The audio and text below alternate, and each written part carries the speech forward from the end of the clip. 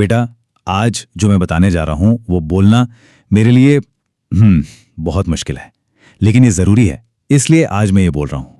बात है 1997 की। तब मैं 31 साल का था और मैंने अपनी जिंदगी का एक बहुत ही गलत डिसीजन लिया, एक बहुत बहुत बड़ा गलत डिसीजन। देखिए, मैंने अपने घर के लिए जो पिछले 5 साल की सारी सेविंग्स जमा की थी, पूरे 6 लाख रुपए, वो सब मैंने एक ही स्टॉक में लगा दिए। क्यों? क्योंकि किसी ने एक टिप दी थी और मैं लालच में और फोमो में आ गया था। आप जानते हैं, फियर ऑफ मिसिंग आउट, बस इस डर में कि कहीं ये मौका मेरे हाथ से फिसल ना जाए। नतीजा, वो स्टॉक अगले 3 महीनों में 95% गिर गया। मेरे 6 लाख रुपए सिर्फ 30,000 रह गए। मुझे आज भी याद है, मैं उस रात अपने कमरे में अकेला बैठा था। चारों तरफ अंधेरा था और मैं बस रोता रहा। घर का सपना टूट गया, सारी सेविंग्स चली गईं, इज्जत, कॉन्फिडेंस, सब कुछ चला गया। और बस एक सवाल मेरे दिमाग में बार बार घूम रहा था, क्या मैं कभी वापस आ सकता हूं? मैं आज ये कहानी इसलिए सुना रहा हूं क्योंकि अगर किसी ने भी स्टॉक मार्केट में नुकसान उठाया है तो मैं उस दर्द को समझता हूं, सच में समझता हूं। वो रात का अंधेरा, वो पेट में उठता हुआ डर और वो एक सवाल जो आपको सोने नहीं देता, ये सब मैंने खुद महसूस किया है।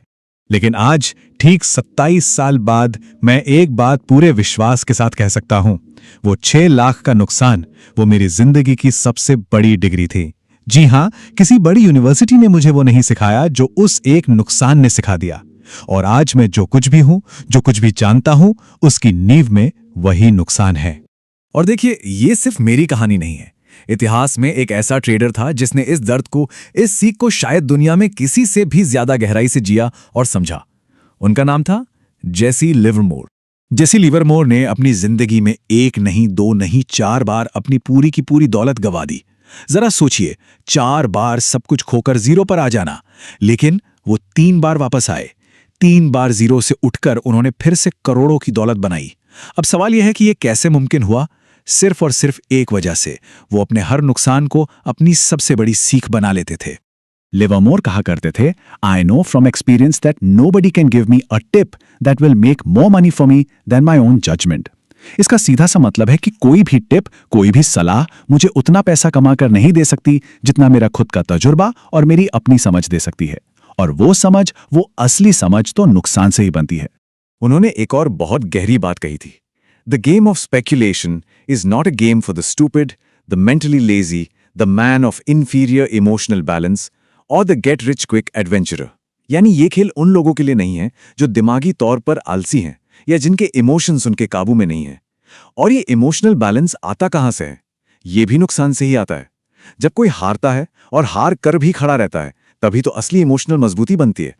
तो सवाल यह है कि आखिर नुकसान में ऐसा क्या है जो उसे दुनिया का सबसे बड़ा टीचर बना देता है? चलिए इसे थोड़ा और गहराई से समझते हैं। असल में इसकी 3 बड़ी वजह हैं। पहली, नुकसान एक परमानेंट मेमोरी बनाता है। किताबों में पढ़ी बातें तो हम भूल जाते हैं, लेकिन लाखों का नुकसान, वो हमें जिंदगी भर याद रहता है। वो दर्द, वो गलती हमारे दिमाग में हमेशा के लिए छप जाती है और यही मेमोरी हमें अगली बार वही गलत फैसला लेने से रोकती है। दूसरी वजह, नुकसान हमारी असली साइकोलॉजी को आईने की तरह साफ दिखा देता है। जब प्रॉफिट हो रहा हो ना, तो हर कोई खुद को बड़ा डिसिप्लिन्ड और धैर्यवान समझता है, लेकिन असली परीक्षा तो तब होती है जब पैसा डूब रहा होता है। तो नुकसान एक आईना है जो हमारा असली चेहरा हमें दिखाता है। और तीसरी, सबसे जरूरी बात, नुकसान हमारी अंदरूनी कमजोरी को उजागर करता है।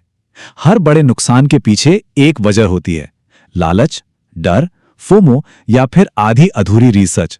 जब तक हम उस कमजोरी को पहचान कर ठीक नहीं करते, हम वही गलती बार बार दोहराते रहेंगे। तो फिर इस टीचर से सीखा कैसे जाए? इसका एक बहुत सीधा तरीका है, 4 कदमों का। सबसे पहला और सबसे मुश्किल कदम है नुकसान को स्वीकार करना। जब तक हम दूसरों को या मार्केट को दोष देते रहेंगे, हम कभी कुछ नहीं सीखेंगे। हमें यह मानना होगा कि हां, गलती मेरी थी। दूसरा कदम है एक लॉस जर्नल लिखना। तीसरा, कम से कम 48 घंटे इंतजार करना। देखिए, नुकसान के तुरंत बाद दिमाग घबराया हुआ होता है और उस घबराहट में लिए गए फैसले अक्सर और भी बड़े नुकसान की वजह बन जाते हैं। इसलिए रुकें, दिमाग को शांत होने दें। और चौथा कदम, वापसी हमेशा छोटे से करें। अपना आत्मविश्वास वापस लाने के लिए छोटी सी रकम से बाजार को फिर से समझना शुरू करें।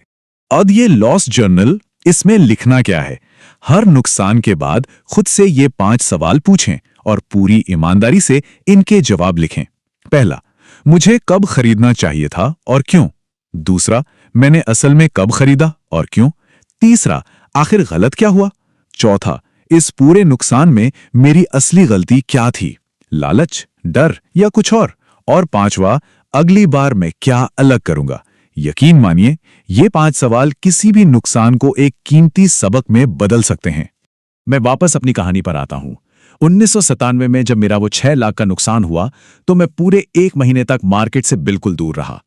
उस 1 महीने में मैंने सिर्फ एक काम किया, एक डायरी ली और उसमें लिखा कि मुझसे क्या क्या गलतियां हुई, मैंने एक टिप पे भरोसा क्यों कर लिया, मैंने अपनी सालों की मेहनत की कमाई को बिना सोचे समझे दांव पर क्यों लगा दिया। हर सवाल के जवाब में एक ही बात सामने आई, मैंने लॉजिक से नहीं, इमोशंस में बहकर फैसला लिया था। 6 महीने बाद मैं मार्केट में वापस आया, लेकिन इस बार सिर्फ 5,000 रुपए के साथ। इस बार मैंने रिसर्च की, मार्जिन ऑफ सेफ्टी रखा, यानी शेयर को ऐसी कीमत पे खरीदा जहां से गिरने का खतरा बहुत कम हो। और आज 27 साल बाद मैं यहां आप सबके सामने हूं। वो नुकसान मेरी जिंदगी का सबसे बड़ा टर्निंग पॉइंट था। आपको पता है, दुनिया के जितने भी महान इन्वेस्टर्स हुए हैं, उनमें एक बात हमेशा कॉमन रही है, सबने अपनी जिंदगी में कभी ना कभी बहुत बड़े बड़े नुकसान उठाए हैं।